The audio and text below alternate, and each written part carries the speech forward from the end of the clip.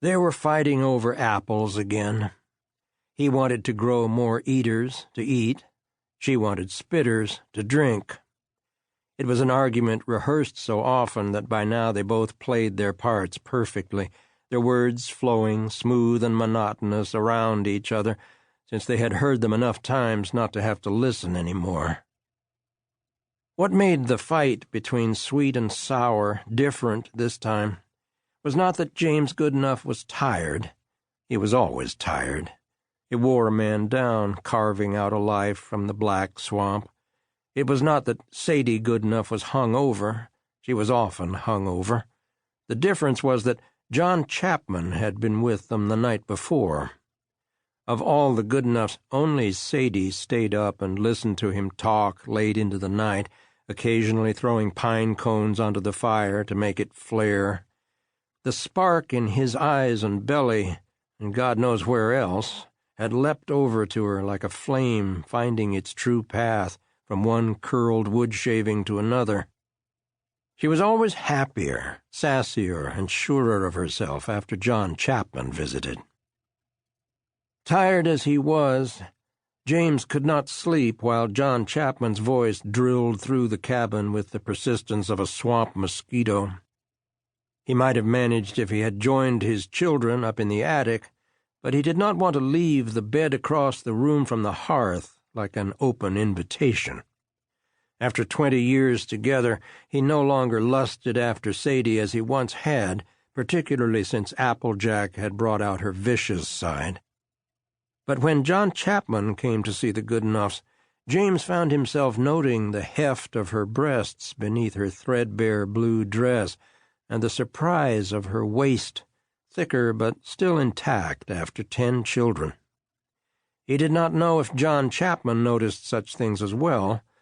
For a man in his 60s, he was still lean and vigorous despite the iron gray in his unkempt hair. James did not want to find out.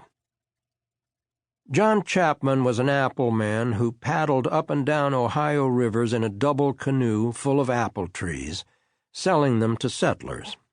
He first appeared when the Goodenoughs were new arrivals in the Black Swamp, bringing his boatload of trees and mildly reminding them that they were expected to grow 50 fruit trees on their claim within 3 years if they wanted to hold on to it legally.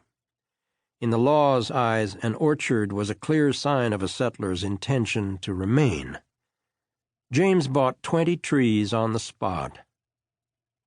He did not want to point a finger at John Chapman for their subsequent misfortunes, but occasionally he was reminded of this initial sale and grimaced.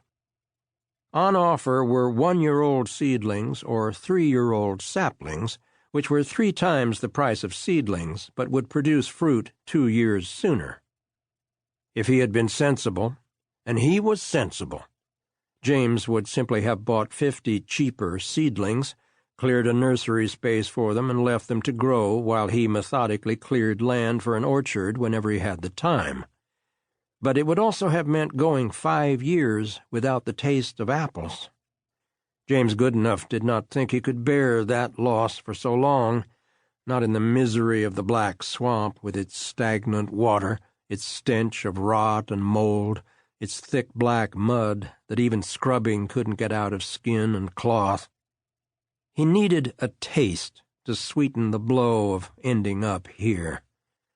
Planting saplings meant they would have apples 2 years sooner, and so he bought 20 saplings he could not really afford, and took the time he did not really have to clear a patch of land for them.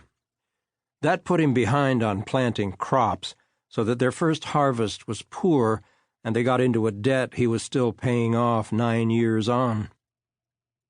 "They're my trees," Sadie insisted now, laying claim to a row of 10 spitters James was planning to graft into eaters.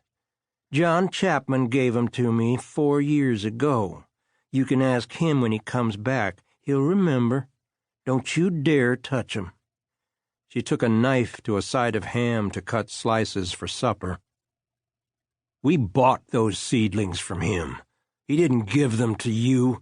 Chapman never gives away trees, only seeds. Seedlings and saplings are worth too much for him to give away. Anyway, you're wrong.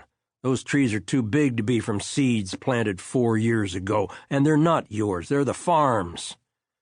As he spoke, James could see his wife blocking out his words, but he couldn't help piling sentence upon sentence to try to get her to listen.